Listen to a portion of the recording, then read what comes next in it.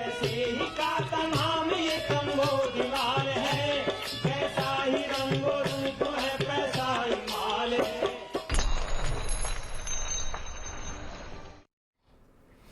नमस्कार, मनी 9 की खास पेशकश मनी सेंट्रल में आप सभी का स्वागत है। मैं हूं विपुल सिंह। आज मनी सेंट्रल में हम उस मुद्दे पर बातचीत करने जा रहे हैं जो बाजार के लिहाज से सबसे ज़्यादा महत्वपूर्ण है और सबसे ज़्यादा चर्चा में है, और वो मुद्दा है अमेरिकी शॉर्ट सेलर हिंडनबर्ग रिसर्च की नई रिपोर्ट का। हिंडनबर्ग रिसर्च की इस बार की रिपोर्ट में सीधे सीधे भारतीय कैपिटल मार्केट के रेगुलेटर पर निशाना साधा गया है। सीधा सेबी चीफ से सवाल है, हिंडनबर्ग के आरोप क्या हैं, कितने सही हैं और बाजार पर क्या असर हो सकता है।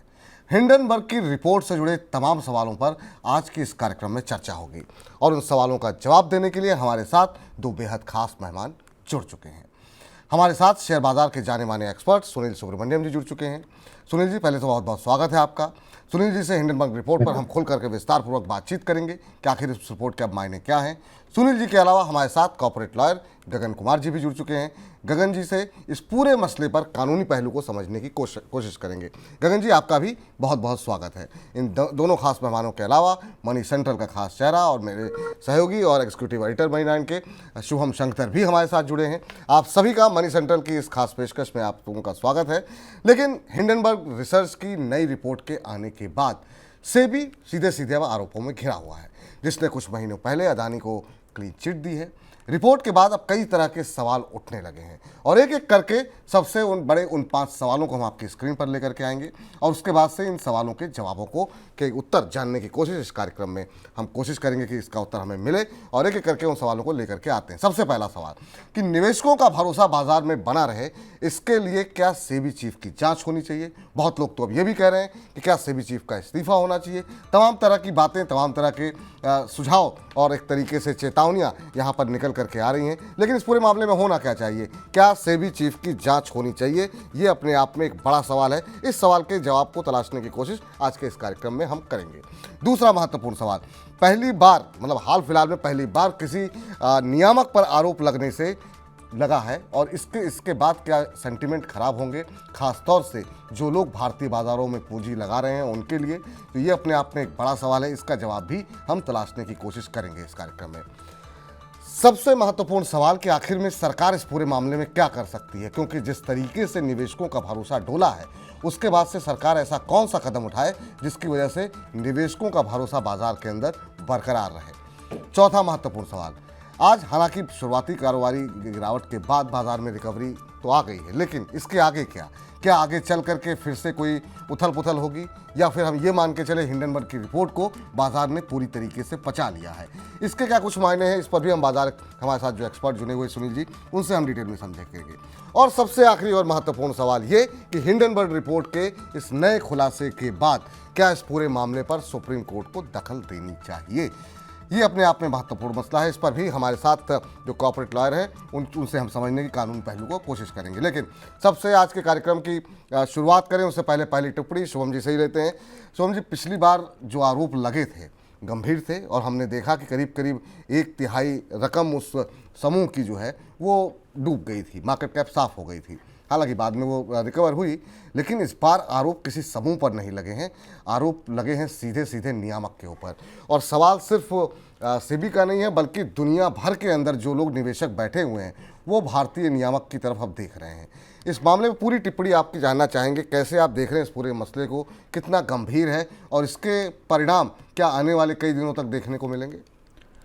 जी देखिए, जैसा आपने कहा कि सबसे पहले तो ये समझना ज़रूरी है कि हिंडनबर्ग के इस बार जो आरोप हैं वो किसी कंपनी पर नहीं है बल्कि नियामक पर हैं, और जो पहले वाले आरोप थे उन्हीं का एक तरीके से कहिए तो उसकी अगली किस्त है। और ये समझना बहुत ज़रूरी है कि अगर आप शॉर्ट सेलर फर्म की तरफ से देखें तो शॉर्ट सेलर फर्म का काम है कि ठीक है, उन्होंने कोई रिसर्च की, कोई रिपोर्ट निकाली और उससे पहले उस कंपनी के शेयर बेचकर कमाई की। लेकिन इस बार मामला जुड़ा है सेबी से, और यही वजह है कि बात नियामक की थी, किसी कंपनी विशेष की नहीं थी, उसमें किसी धांधली की नहीं थी।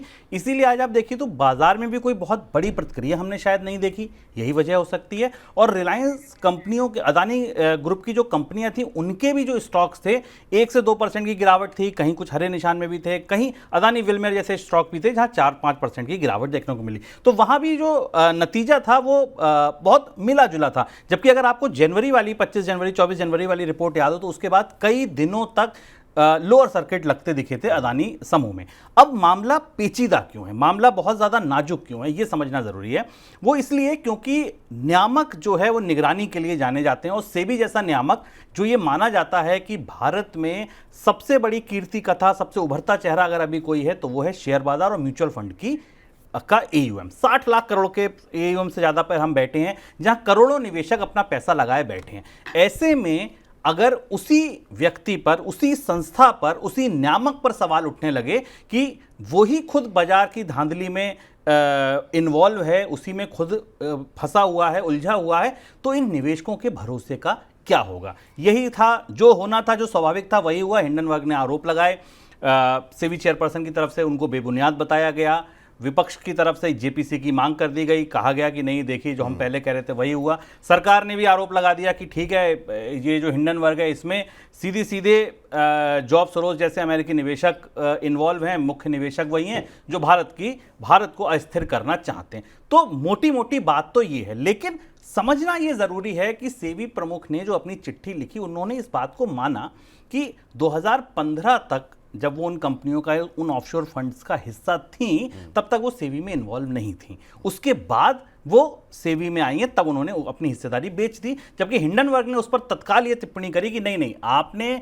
जब हिस्सेदारी बेची उसके बाद भी जब आपकी हम रिपोर्ट देख रहे हैं तो ये पता चलता है कि आप एक फंड में 99% की हिस्सेदार थी। यहां मामला थोड़ा सा नाजुक है कि क्या वो ऑफशोर फंड जिन पर क्लीन चिट दी गई, जिन पर ये आरोप लगे थे कि वो अदानी के शेयरों में फेरबदल कर रहे थे, उनकी कीमतों में वो कर रहे थे, क्या उनमें सेबी चीफ खुद इन्वॉल्व थी? इसलिए इस बार मामला ज्यादा नाजुक है। चलिए, ये इस पर हम जो हमारे एक्सपर्ट हैं उनकी भी एक टिप्पणी लेते हैं, लेकिन उससे पहले आपको बता दें कि बाजार में एक रिकवरी आने के एक बड़ा कारण ये रहा कि बाजार में के जो बड़े दिग्गज लोगों की तरफ से जो टिप्पणियाँ आई वो कहीं ना कहीं हिंडनबर्ग की रिपोर्ट को लेकर के उन्होंने थोड़ा काउंटर अप्रोच अपनाई और काफ़ी तीखी टिप्पणी की। क्या कुछ कहा गया है, जरा एमफी की तरफ से या फिर बाजार विशेषज्ञ नीलेश शाह की तरफ से, उनकी टिप्पणियों को भी जरा हम स्क्रीन पर लेकर के आते हैं कि बाजार के जो बड़े जो निवेशक हैं उनकी तरफ से क्या कुछ बातें कही गई है।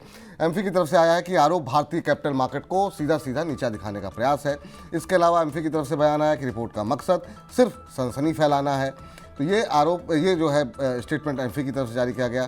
कहने लगे इस तरह के हथकंडों को अगर रोका नहीं गया तो देश की तरक्की के लिए ये रुकावट बन सकते हैं। भारत की वित्तीय सुरक्षा सुरक्षित है और पारदर्शी है।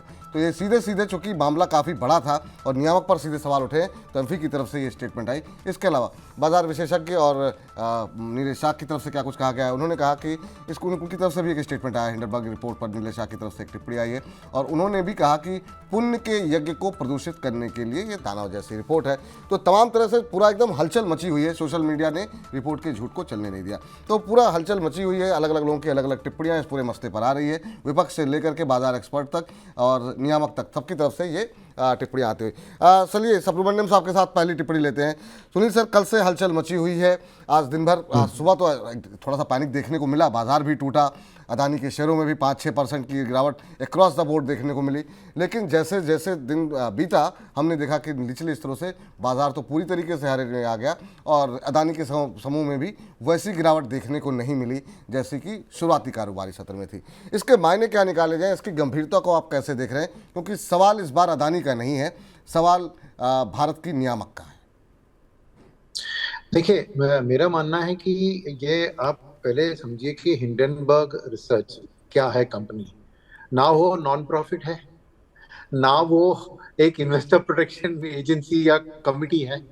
उसका मकसद है पैसा बनाना, हलचल मचा के जो गिरावट आती है उससे पहले शॉर्ट करना। ये एक स्ट्रेटेजिक अप्रोच है उनका, ओपन खुलेआम। उसमें दो तरह के शॉर्ट होते हैं। एक वो प्रोप्राइटरी बुक, अपनी ओन पैसे जो उनको डिस्क्लोज करना पड़ता है अमेरिकन SEC के जरिए कि ये हमने शॉर्ट लिया है। मगर उसके अलावा उनकी रिसर्च जो एडवाइस देते हैं उनके कस्टमर को, वो जो शॉर्ट लेते हैं वो तो कहीं पे नहीं दिखता है। तो इनका एक्शन प्लान हर बार, पिछली बार भी और कई और देशों में ये होता है कि एक चीज के ऊपर कुछ रिसर्च के नाम पर वो करें और जहां पे हलचल मचाने वाली चीज सामने दिख रही है उसमें वो पोजीशंस बिल्ड करने लगे। फिर एक एंड मोमेंट में वो उसका एक लीक करेंगे कि कुछ आने वाला है और उसके बाद उसको निकालेंगे और उसके बाद वाला एक्शन होगा शॉर्ट कवरिंग। तभी वो पैसा बना सकते हैं। शॉर्ट ले रहे हैं एक बार, कवर करना दूसरी बार। तो ये गिरावट से उनको पैसा बनाना ही उनका मकसद है, वो समझिए पहली बार। तो यहाँ पर अब क्या हुआ, ये क्यों ऐसे किया इस बार? क्योंकि सेबी की ओर से जो उन्होंने पहले जो रिपोर्ट निकाला था उसके हिसाब से हमने सुप्रीम कोर्ट को सौंपा था इस मैटर की जांच के लिए। अब सुप्रीम कोर्ट की जांच के बाद अब आप आरोप अभी लगा रहे हैं तो समझिए अभी सुप्रीम कोर्ट पे लगा रहे हैं कि वो सही नहीं किया, वो एक बात है। तो स्पेसिफिक इंडिविजुअल चेयरपर्सन के ऊपर लगाने के लिए उनका काम खाली है कि हलचल मचाना, और उसके लिए कुछ वो धागे ढूंढ रहे थे, उनको मिले और उसको बस फैला दिया। उनका कोई इच्छा या कोई मकसद ये नहीं है कि सच को बाहर निकाले। उनकी खाली एक ही कोशिश है कि हलचल मचाए, पैसा कमाया जाए, मार्केट में रिटेल निवेशक और हेज फंड जो शॉर्ट टर्म आउटलुक लेते हैं उनमें थोड़ी डरावट लाए, दाम गिरे मैं कवर करूं और 2-3 दिन 4-5 दिन में मैं प्रॉफिट बनाऊं। तो एक वो बात। दूसरी बात यह है कि सेबी ने उनको उनके डिस्क्लोजर के बारे में शोकॉज नोटिस भेजा है और उसकी रिप्लाई नहीं आई है। तो क्या हुआ इसमें कि वो शोकॉज नोटिस को रिप्लाई करने के बगैर वो इस आरोप लगा के कुछ धुआं फेंक रही है ताकि वो एक उनका offence is the form of defence, ऐसी एक काम है।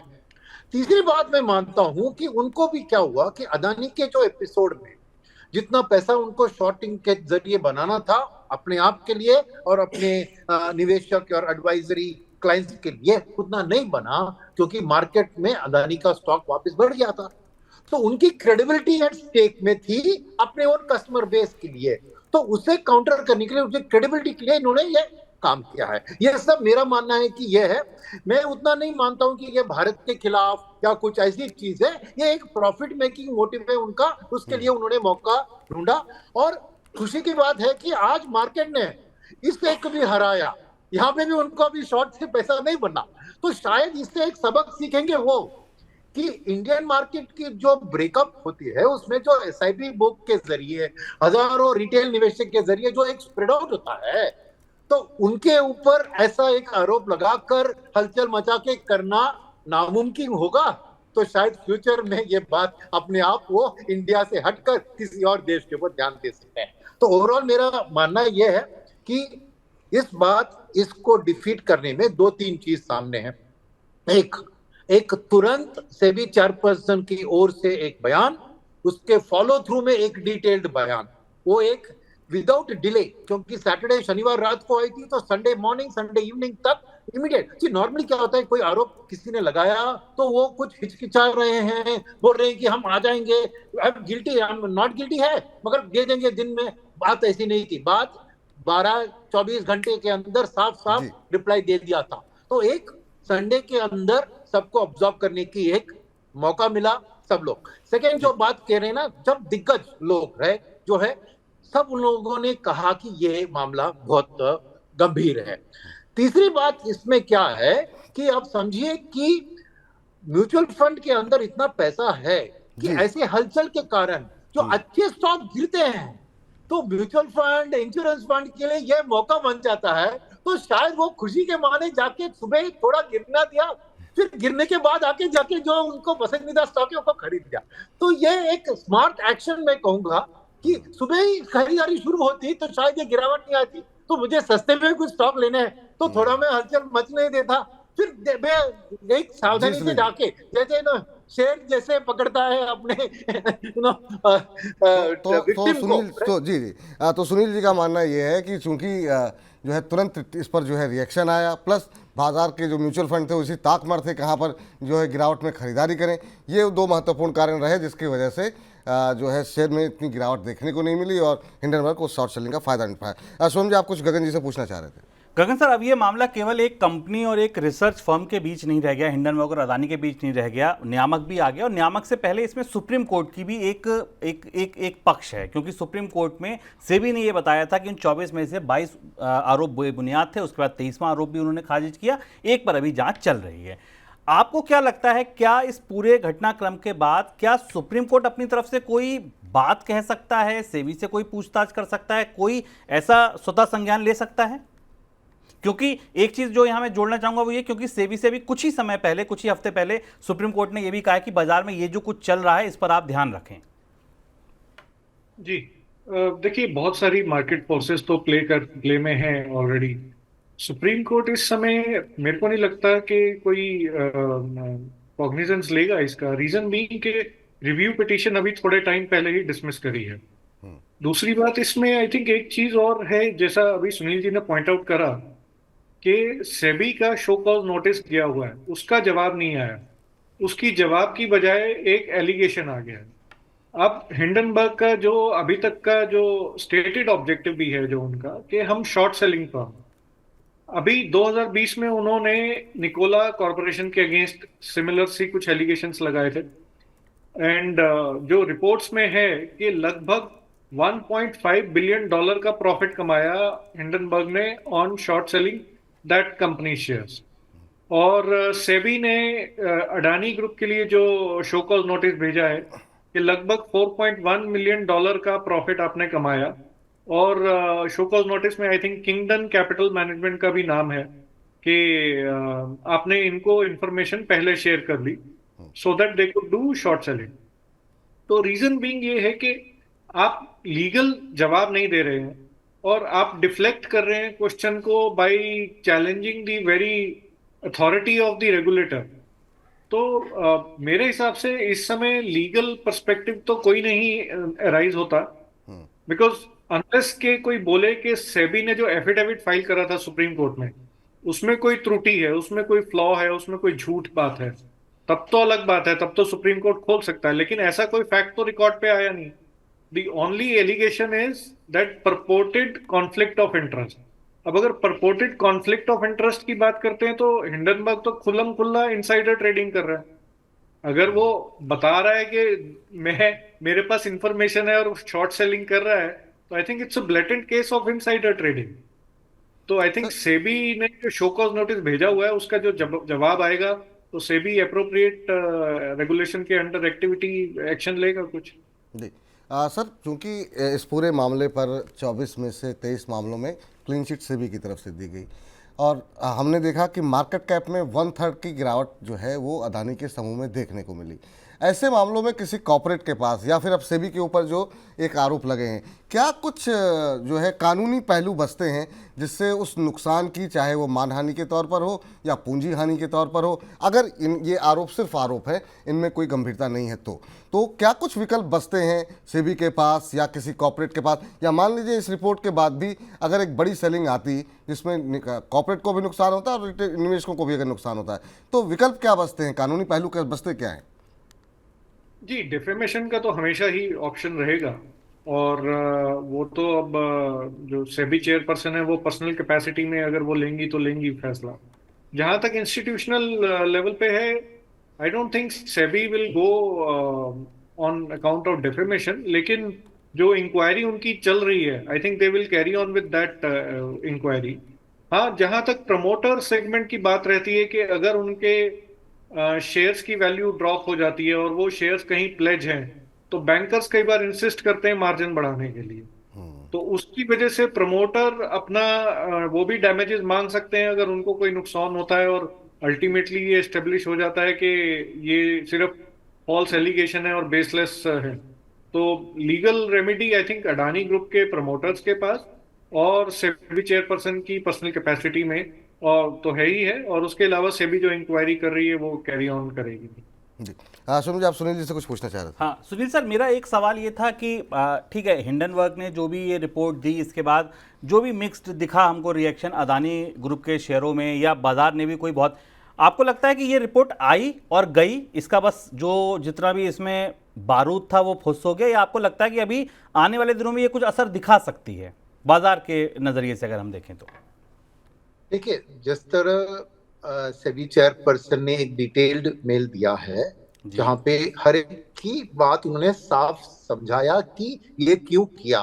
अब आपने उसका हिंडनबर्ग का रिप्लाई देखा, तो वो जी बता रही है, आपके रिप्लाई में आप कह रहे हैं कि आपके दोस्त के कारण आपने किया। यानी वो ढूंढ रहे हैं कि इस धागे से कुछ निकालूं मैं, नंबर वन। नंबर टू, 361 या आईएफएल ने भी क्लैरिटी दिया है कि कितना परसेंटेज सेबी चेयरपर्सन का होल्डिंग था और कितना उसमें से अदानी शेयर्स को नहीं खरीदे गया। ये डिटेल्स वो वेल्थ मैनेजर की तरफ से भी साफ आ गया है। तो मेरे ख्याल में हमारी तरफ से हमने खुले आम अपने जो बात है उसको साफ कह दिया है, कोई हिडन यहाँ पर नहीं है।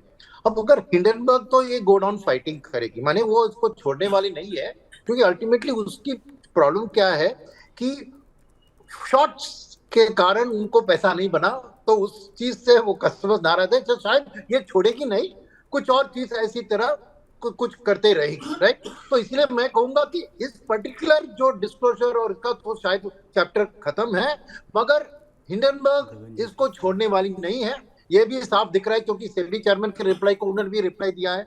तो वो इसको थोड़ा लंबा खींचेगी, कुछ और ऐसे चीज को सामने शायद लाएगी, तो उसके कारण थोड़ी हलचल मच सकती है। तो अभी हिंडनबर्ग के कोर्ट में है कि अभी क्या अगले और करेंगी, तो वो जो अभी क्या नहीं है उसमें शायद कुछ मार्केट में बात बढ़ सकती है, नंबर वन। नंबर टू की बात यह है कि वो अल्टीमेटली अब उसने फाइट को एक डिफरेंट टेरिटरी पे लेके गए हैं। वो ये है कि वो कॉन्फ्लिक्ट ऑफ इंटरेस्ट परपोर्टेड, यानी सेबी चेयरमैन का इन्वॉल्वमेंट है शायद, मगर बात क्या है समझिए आप, इंडिविजुअल सेबी चेयरमैन के हाथ में पावर्स नहीं है, ये बोर्ड है, ये बोर्ड है, और इसमें सुप्रीम कोर्ट भी एक तरह से शामिल है। तो ये कीचड़ फैलाना जो है, मेरे ख्याल में उनको सबक सीखना चाहिए। क्या वो सीखेंगे कि नहीं, कि इंडियन मार्केट में ऐसी खबरों से मैं शॉर्ट से प्रॉफिट नहीं बनाना सकता, वो बात अलग है। अगर वो समझेंगे तो वो अपनी ध्यान इस मार्केट से हटा देंगे, मगर क्या वो इमीडिएटली तुरंत समझने के लिए तैयार है कि नहीं, ये आने वाले दिन ही हमें बताएंगे उनकी जो एक्शन। सेकंड जो चीज आपने पूछा था लीगल के बारे में, उसमें मेरा एक स्मॉल ये है कि ये एक inter governmental inter departmental issue से ही सॉल्व हो सकता है। मैं क्यों कह रहा हूं, क्योंकि ये है एसईसी के जरिए Hindenburg is under their powers, right. अब कोई हजारों मील दूर उधर बैठ के कुछ कीचड़ फेस जोड़ेगा और हमारी मार्केट में इंपैक्ट करेगा, ये अच्छी बात नहीं है, क्योंकि रेगुलेटरीली सेबी का उधर ज्यूरिसडिक्शन नहीं है। तो इंटर रेगुलेटरी में एक अंडरस्टैंडिंग बनना चाहिए। ये अच्छी मौका है कि एक at the finance and the government level with the US government, क्योंकि वहां हमारी बातचीत अच्छी चलती है, and between SEC and SEBI, कि कल इंडियन मार्केट से भी कोई कोई अमेरिकन कंपनी के बारे में या कुछ कह सकता है ना। तो I think at that level एक फ्रेमवर्क होना चाहिए जहां पे एसईसी भी नो कि किसी और देश के इसमें आपको ये नहीं करना चाहिए, ऐसी बात से ही ये चल सके। नहीं तो हिंडनबर्ग ऐसे बैठे बैठे कुछ भी कर सकता है, क्योंकि there is no recourse under law to him in America. तो आई थिंक वो वहां पे कुछ चर्चा शायद शुरू होनी चाहिए। सुनील सर का पॉइंट बड़ा वैलिड है गगन सर, इस पर मैं आपकी भी एक टिप्पणी चाहूंगा। यही मेरा दरअसल अगला सवाल था कि सर आज हिंडनबर्ग है, कल कोई दूसरा हो सकता है, उठाए एलिगेशन लगाए, मार्केट में गिरावट आ जाए, वो अपना शॉर्ट सेलिंग से प्रॉफिट कवर करे और फिर वो स्टॉक फिर वहीं आ जाए जैसे अदानी के स्टॉक्स आ गए। क्या ऐसा कोई फ्रेमवर्क आपको लगता है सर ग्लोबल लेवल पर, या इंडिया इसको किस तरह से डील कर सकती है कि आगे ऐसी घटनाएं ना घटें? क्योंकि सर जो निवेशक है, जैसा आपने सुनील सर ने जिक्र भी किया कि किसी की मार्जिन कॉल फंसी, अगर एक बार गिरावट आ गई ठीक है, जो लॉन्ग टर्म निवेशक है वो तो आज फिर उसी स्थिति में आ गया जहां जनवरी वाला था, लेकिन मार्जिन कॉल की वजह से अगर किसी के सौदे खराब हो जाते हैं उसको तो बड़ा नुकसान हो गया। तो आपको लगता है कि सर सेबी की तरफ से, सरकार की तरफ से या किसी और संस्था की तरफ से इस तरीके की बात कही जानी चाहिए कि कोई भी अचानक उठकर ऐसा आरोप ना लगा दे और आरोप के बाजार में ऐसे निवेशकों को नुकसान ना हो? देखिए, जितने भी रेगुलेटर हैं अक्रॉस द वर्ल्ड, उन सबका मैंडेट बड़ा लिमिटेड होता है टू प्रिजर्व देयर मार्केट, और उसके लिए अगर वो उनको अमेरिका के किसी आदमी को पकड़ना होगा तो वो भी नोटिस भेज सकते हैं, जैसा इस केस में भी भेजा है। अब जो लीगल रेमेडी है, सो बॉटम लाइन ये है कि वायलेशन कौन से लॉ का करा है उन्होंने। अगर वायलेशन इंडियन लॉज का करा है तो of course Indian laws will be made applicable. तो उसके लिए हमें of course exchange of information के लिए हम टाई अप कर सकते हैं, और जो कि मेरी समझ में है भी बहुत सारी अथॉरिटीज के साथ। लेकिन जो एप्लीकेशन ऑफ लॉ है वो तो डोमेस्टिक लॉ ही लगेगा, और डोमेस्टिक लॉ के लिए जो पावर्स हमारे रेगुलेटर्स के पास हैं आई थिंक वो सफिशिएंट है। एक सवाल मेरा है, और जो हमने अपने 5 सवालों में भी रखा था, हालांकि शायद आप दोनों लोग जो है इस पर उत्तर नहीं देना चाहेंगे, लेकिन फिर भी मेरा सवाल ये रहेगा कि इस पूरे मामले की गंभीरता को देखते हुए क्या सेबी चीफ की जांच होनी चाहिए? क्या उनको जो लोग आरोप लगा रहे हैं, जो लोग हमारे घर के मतलब डोमेस्टिक मार्केट के अंदर भी इस तरह की आवाज़ें उठ रही हैं कि सेबी चीफ को पहले इस्तीफ़ा देना चाहिए, उनकी जब चूँकि आरोप लगे हैं तो उनकी भी एक जांच होनी चाहिए। क्या आप लोग इस बात से सहमत हैं, और क्या आपको लगता है इस दिशा में कोई कदम अगर ऐसा उठता है तो उससे जो है और ज़्यादा निवेशकों का भरोसा बढ़ेगा, या फिर क्योंकि सीधे सीधे सवाल जो है वो सेबी की साख का है? देखिए, इसमें आई थिंक ये डिमांड अनजस्टिफाइड है। रीजन बीइंग के सोर्स क्या है? सोर्स जो है, जैसा सुनील जी ने पॉइंट आउट करा, कि वो कोई इन्वेस्टर प्रोटेक्शन एजेंसी नहीं है। उसका ये बिजनेस है कि वो शॉर्ट सेलिंग करे, और शॉर्ट सेलिंग के लिए वो इस तरीके की प्राइस मैनिपुलेशन उससे एक्सपेक्टेड है। एक लैटिन मैक्सिम होता है, फॉल्सस इन ऊनो फॉल्सस इन ओमनिबस, कि जो एक बार झूठ बोल रहा है वो हमेशा ही झूठ बोल रहा है। तो अगर एक बार आपने जो तीर चलाया वो नहीं चला, सेबी ने इंक्वायरी कर ली, अब आप उस सेबी इंक्वायरी को क्वेश्चन कर रहे हैं। और जैसा कि बोला कि ये एक इंस्टीट्यूशन है, it's not just the chairperson who is investigating the matter. आप कितने लोगों को सप्रेस करेंगे विद इन एन इंस्टीट्यूशन? तो आई थिंक ये इंक्वायरी की demand, I think it's more of an emotional. और अगर इस तरीके से एलिगेशन लगने लगे तो हमारे हर इंस्टीट्यूशन के हर हेड के अगेंस्ट प्रैक्टिकली हर दूसरे दिन कोई ना कोई एलिगेशन आता है, और उस तरीके से तो फिर ये देश चलाना मुश्किल हो जाएगा। अगर एलिगेशन के बेसिस पे, बेसलेस एलिगेशन पे, अगर हाँ कोई फाउंडेशनल ग्राउंड है, कोई स्पेसिफिक इंफॉर्मेशन है which is found to be true और which appears to be true, तो एक्ट में सेक्शन 6 बड़ा क्लियरली बोलता है कि सेंट्रल गवर्नमेंट को पावर है। अगर सेंट्रल गवर्नमेंट को लगता है कि कोई ऑफिस, कोई मेंबर, सेबी का मेंबर अपने ऑफिस को अब्यूज कर रहा है, या जो लीगल टर्म है कि detrimental to the public interest, तो अगर इस तरीके की कोई सिचुएशन सरकार को लगती है तो सरकार इंक्वायरी ऑर्डर कर सकती है। लेकिन प्योरली बेसलेस एलिगेशन के बेसिस पे I think it is premature at this stage. Sunil ji, आपकी भी टिप्पणी इस पर जानना चाहूंगा। बहुत देर से मुस्कुरा रहे हैं, तो मैं चाहूंगा इसी मुस्कुराहट के साथ क्यों कह रहा हूँ कि फ्राइडे को उन्होंने कहा कि इंडिया वॉच आउट, कुछ आने वाला है। सैटरडे को उन्होंने कहा कि ये आरोप हमने लगा रहे हैं, तो आपने एक शब्द इस्तेमाल किया, गंभीर था। तो शायद फ्राइडे और सैटरडे को ये शब्द आपने सही इस्तेमाल किया होगा, मगर संडे की जो बात सामने आ गई उससे अभी क्यों इसको गंभीर कहना चाहिए? क्योंकि दिख रहा है कि ये विदाउट बेसिस है। तो मैं कहूंगा कि आज इसको एक गंभीर स्थिति नहीं समझना चाहिए ना, क्योंकि हमने देख लिया है कि क्या, क्योंकि हर भौंकते कुत्ते के ऊपर हम थोड़ी एक जांच लगा सकते हैं ना। अल्टीमेटली नेट रियलिटी ये है, जैसे गगन जी भी कह रहे थे कि कोई भी, जैसे समझिए ना, पॉलिटिकल क्षेत्र में देखिए, राफेल के बारे में लीडर ऑफ द अपोजिशन ने कहा था कि ब्राइबरी है। फिर आपको याद है इलेक्शन के जस्ट पहले होम मिनिस्टर और प्राइम मिनिस्टर ने स्टॉक मार्केट बढ़ेगी, और जब स्टॉक मार्केट इमीडिएटली गिरी तो अपोजिशन ने आरोप लगाया था कि इनके कारण हजारों लोगों को नुकसान। फिर वापस स्टॉक मार्केट बढ़ गया, तो क्या है? तो आरोप लगाना तो आसान है, कोई भी अपोजिशन का काम है ऐसे लगाना। अब अपोजिशन जब पूछेंगे वो कहेंगे ये गंभीर थिंग है, बट असलियत ये है कि साफ साफ जो क्लियर सामने है कि क्या वो चीज है वो बता रहे हैं। वो बता रहे हैं कि इन्होंने एक फंड में निवेश किया और वो फंड ने कुछ किया। अरे उनकी पैसा थोड़ी जाके सीधे अदानी में लगा, ये ऐसी सीधी कोई थ्रेड ही धागा नहीं निकले। तो आज मैं कहूंगा को इसको एक गंभीर स्थिति नहीं समझे तो बेहतर होगा, इसको छोड़ेंगे। मार्केट ने सबक सिखा दिया हिंडनबर्ग को, और मार्केट को ही इसको रिप्लाई देने दीजिए। अल्टीमेटली मार्केट इज गॉड, और अल्टीमेटली मार्केट इसको सही अपनी दिशा जो है वो दिखा देगी। चलिए, तो बाकी जो सवाल बचे हैं उनकी फटाफट उत्तर ले लेते हैं, और सुनील जी आपके साथ ही शुरुआत करेंगे और उसके बाद गगन जी के पास जाएंगे। क्या इस पूरे मसले पर सरकार को कोई एक्शन या किसी तरह की कोई प्रतिक्रिया देने की आवश्यकता, हालांकि स्टेटमेंट वगैरह तो बहुत सारी आ गई, क्या कुछ ऐसा कुछ करने की आवश्यकता है जिससे कि निवेशकों का सेंटिमेंट बरकरार रहे, जैसे या फिर आपने जो कहा कि बाजार ने अपना जवाब अपने आप ही दे दिया है, इसमें किसी तरह की कोई भी बड़ा जो है प्रयास करने की सरकार की तरफ से कोई आवश्यकता नहीं होनी चाहिए। आपकी टिप्पणी के साथ सुनील जी जाएंगे, फिर उसके बाद गगन जी के पास। जी नहीं, इसमें सरकार को, जैसे इसके अलावा कि जो मैंने कहा, सरकार को, अमेरिकी सरकार ऐसे उनसे बात करके कुछ एक मैकेनिज्म जहाँ पे एक्सचेंज ऑफ इंफॉर्मेशन और एक्शंस हो सकते हैं, ऐसी चीज एक long term health of the Indian capital markets and financial system के लिए कुछ शायद कदम उठानी चाहिए।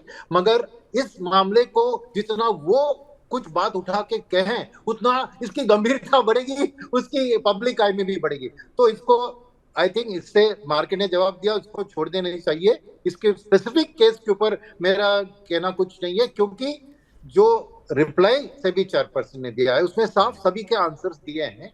एंड उन्होंने ये भी कहा कि हमने सेबी का रोल लेने से पहले ही ये डिस्क्लोजर्स अप्रोप्रिएट अथॉरिटी को कर दिया है। अब गवर्नमेंट को वो बात पता है कि क्या किया कि नहीं किया, तो वो एक इंटरनल मैटर है बिटवीन सेबी चेयरपर्सन गवर्नमेंट, और साफ उन्होंने बता दिया कि हमने कह दिया। तो इसीलिए मेरा मानना है कि अगर गवर्नमेंट अभी इसके बारे में कदम उठाती है तो दाल में कुछ काला है, ऐसी सवालें उठ जाएंगी। तो मेरे ख्याल में इसको ऐसे ही जो रिप्लाई हो गया है उससे इसको सो जाने दीजिए, और मगर एक लॉन्गर टर्म ऐसी रिपीटेटिव एक्शंस ना हो, उसके बारे में कुछ वो काम जरूर उनको और सेबी को दोनों को करना चाहिए। गगन जी, आपकी भी टिप्पणी इस पर जानना चाहेंगे, इस पूरे मसले को लेकर के गवर्नमेंट की तरफ से इन्वेस्टर सेंटिमेंट बनाए रखने के लिए कोई एक्शन लेने की आवश्यकता है या नहीं है, या फिर इस पूरे मसले पर और कानूनी पहलू और क्या कुछ हो सकते हैं, आपकी तरफ से टिप्पणी जानना चाहेंगे इस पर। आई थिंक देखिए, again I go back to the point कि सोर्स क्या था। सोर्स एक ऐसी एजेंसी है जो मोटिवेटेड है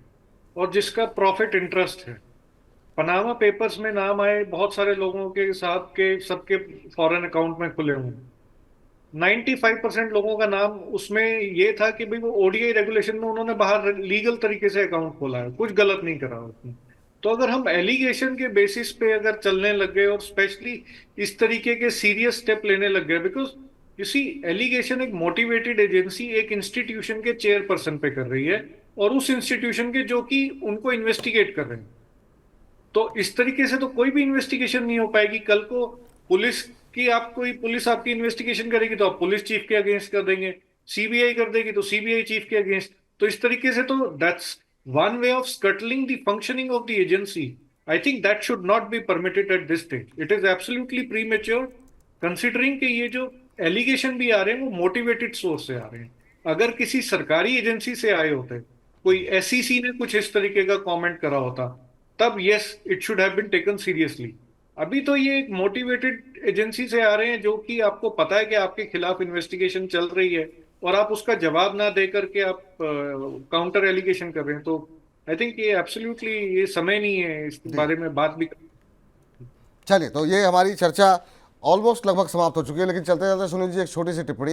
ये मान के चले कि अंतर्राष्ट्रीय आधार पर जैसे संकेत होंगे या अंतर्राष्ट्रीय खबरें जो रहेंगी उसके आधार पर बाजार अब ट्रेड करते हुए दिखाई देंगे, कम से कम इस खबर का बाजार के अंदर आने वाले दिनों पर जो है नेगेटिव सेंटीमेंट नहीं होगा, जैसा कि आज हमने शुरुआती कारोबारी सत्र में देखा था। हालांकि काफ़ी तेज़ी के साथ रिकवरी आ गई थी बाजार पर, अब इसका कोई असर नहीं होगा सुनील जी?